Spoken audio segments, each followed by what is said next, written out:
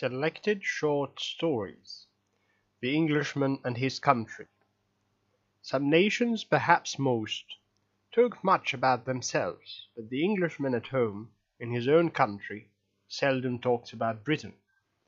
When he does talk about his own country, it is generally to express his opinion of all the things that might be and should be better in Britain. In fact, it's not until the Englishman finds himself in foreign countries that he is prepared to admit to himself that he loves Britain.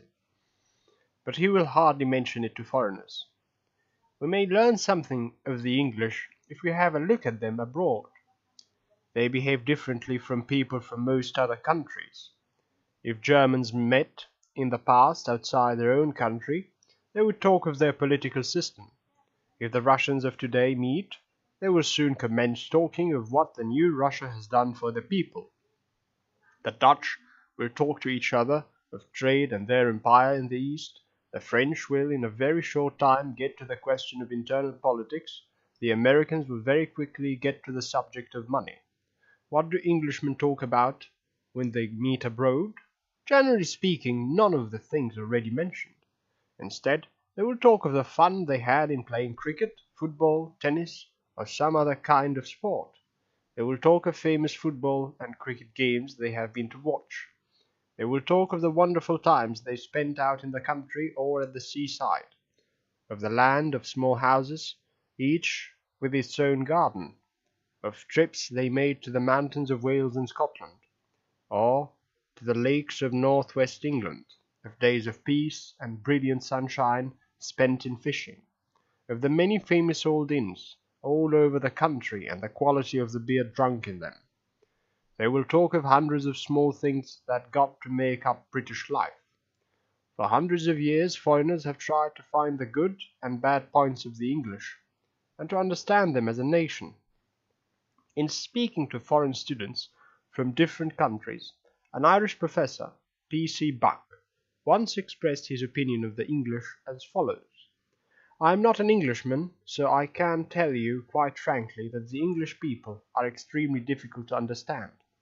I have got to understand them now because I have had the advantage of being brought up in England. But I must give you a warning not to allow the things that you notice to take very much part in forming your opinion of them. The English are not at all the people they seem to be. Whether they are angry, unhappy, hurt, or anything else, they will not show it.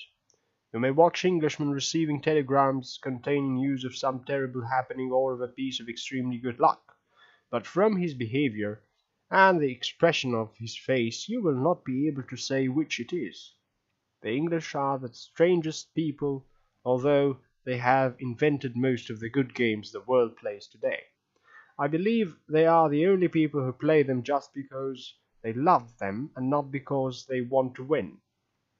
I really believe that when French tennis players or German runners come over here and beat them, they are quite pleased, whereas I, as an Irishman, want to knock out any man who beats me. In fact, you never know why an Englishman does anything in the world." André Maurois, a French writer, understands the English better than most foreigners. He says that the first thing the Frenchman thinks of the Englishman is that he is like a bulldog, who will hold on to a thing without being shaken off. Then he says that the Frenchman finds that the English are difficult to understand. A Frenchman likes to make for himself an exact picture of the future, whereas an Englishman is very much against any such thing.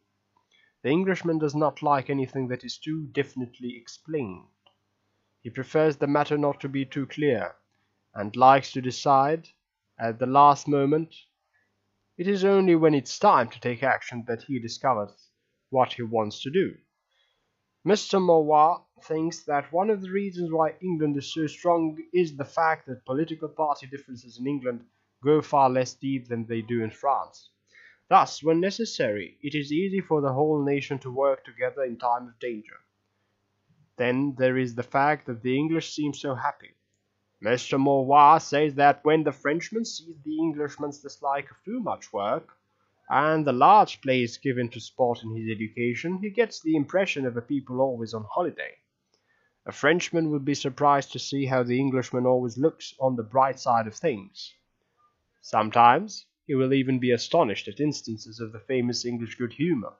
An example of this was to be seen during the Great Strike of 1926.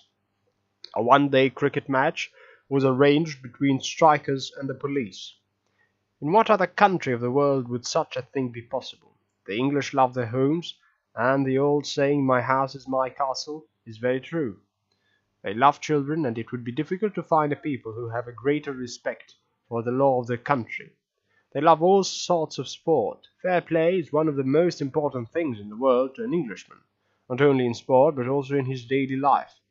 The average Englishman always tries to be fair, or, to use his own words, to play the game. The Englishman's home is private. He hates any questions about his home life and private affairs. He regards his home in the same way as the members of a legation would regard the legation and all its affairs. H. A. L. Fisher, president of the English Board of Education from 1916 to 1927, who was a famous student of European conditions, once said that it may seem curious that a damp island in the northwest of Europe should have played so great a part in the history of the world. Mr. Fisher tries to find the true reasons for the greatness of England. Although he mentions the importance of England's central position, he thinks that one of the main reasons is a good climate. The English may say much about not liking their climate, but it has served them well in industry and self-defense. The damp climate of England, which seems very cold in winter, has been of great benefit to them. One might almost say that the English have been forced to work to keep themselves warm. Secondly, he says that the Englishman is more a man of action than a great thinker. The history of the last few hundred years gives many proofs of this. Everybody will know the great part played by England in the world of trade, and many will, no doubt, have heard the famous French description of the English, a nation of shopkeepers. The size of the British Empire is another proof of the fact that the Englishman is a man of action. English sailors and soldiers are famous in history. Drake, who was one of the first to sail around the world, broke the power of Spain. Wolfe conquered Canada, and Clive took India from the French. Nelson and Wellington broke the power of Napoleon. Many of the most famous engineers have been Englishmen. An outstanding example is Stephenson, who built the first railway engine. The War of 1939-1945 showed the English to be unchanged.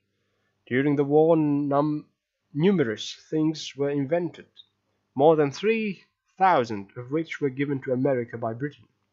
So, throughout history, it's evident that the English are not a nation of philosophers, but that they believe very firmly in their own saying, "Actions speak louder than words."